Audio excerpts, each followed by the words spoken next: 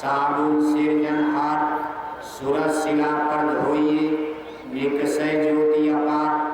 आपकी ये खोपड़ी, आपका ये मस्तक, आपका ये ललाट अनेक सूरज चांद सितारों के प्रकाश से एक दिन ऐसा जगमगा जाएगा कि न अंदर अंधेरा रह जाएगा न बाहर में अंधेरा रह जाएगा।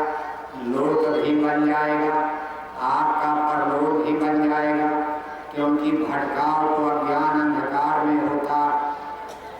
आप रात में चल रहे हो, आसमान में सूरज नहीं है, चांद और सितारे नहीं है, आसमान में घनघोर बादल छा गए। ब्रह्म के देश को, देवी देवता ईश्वर भगवान को इसी मनुष्य शरीर में जब बैठकर देखती है तो बाहर में भटकने का फिर कोई प्रश्न ही नहीं रह जाता।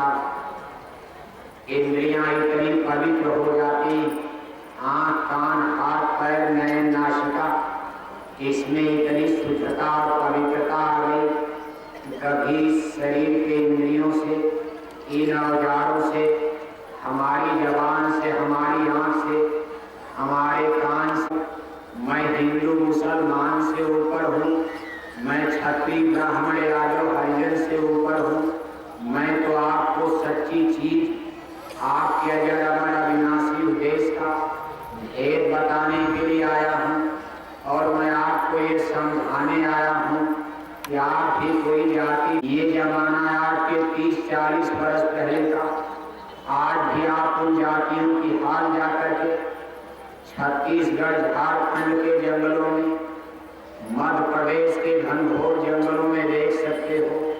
आज जब उनकी आजाद भारत में इतनी बड़ी दुर्दशा है तो आज के 40 वर्ष पहले जिस समय गुरु महाराज अपने काफिले लेकर उन जंगल पहाड़ों में गए थे, उन गरीबों का क्या बुरा हाल रहा होगा।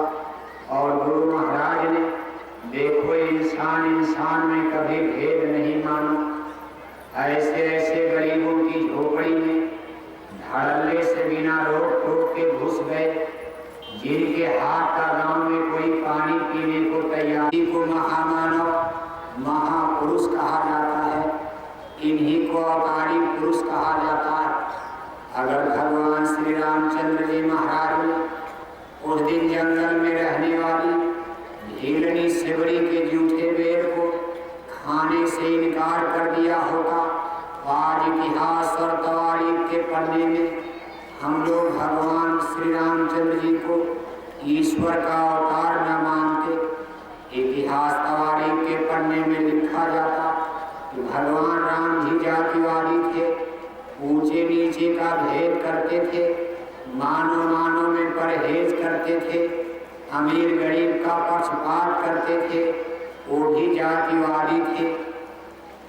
अगर भगवान योगेश्वर श्री कृष्ण जी महाराज ने उस दिन जंगल में जाकर और राजा दुर्योधन के महल में 56 किस्म के व्यंजन पुआ पकवान को त्याग कर और जंगल में जाकर गरीब विदुर की झोपड़ी में चने का साग रोटी न खा लिए होते, आज इतिहास में हम लोग उनको योगेश्वर पुरुष का अवतार न मानते। इतिहास में यही लिखा जाता कि भगवान कृष्ण भी जातिवादी थे, राजाओं के महल में तो जाते थे लेकिन गरीबों की झोपड़ी से परहेज करते थे। इसलिए प्रेमी भाई बहनों, गुरु महाराज अपना शानदार इतिहास लगातार 60 वर्षों की मेहनत के बाद कहते हैं, एक साथ बैठ करके रोटी खाते हैं।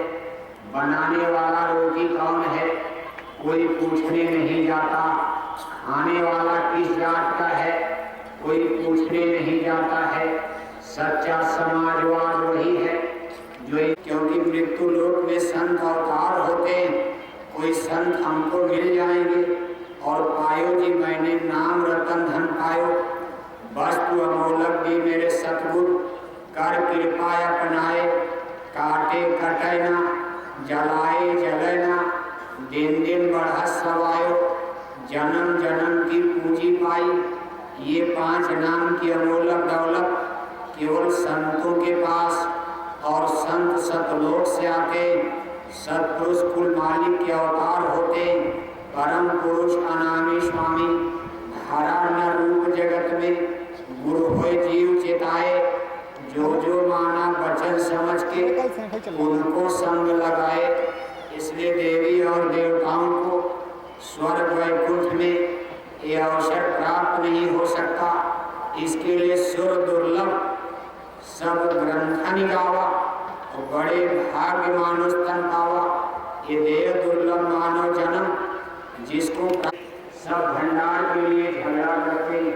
जिसने इतनी सुंदर बाजार बनाया उस बाजार बनाने वाले उस रचनाकार ईश्वर प्रभु को किसी से प्यार मोहब्बत नहीं, बस उनकी हुई बाजार को लूटने में ये धन दौलत रुपए पैसे, बस इसी में हिंदू मुसलमान सब लड़े मरे।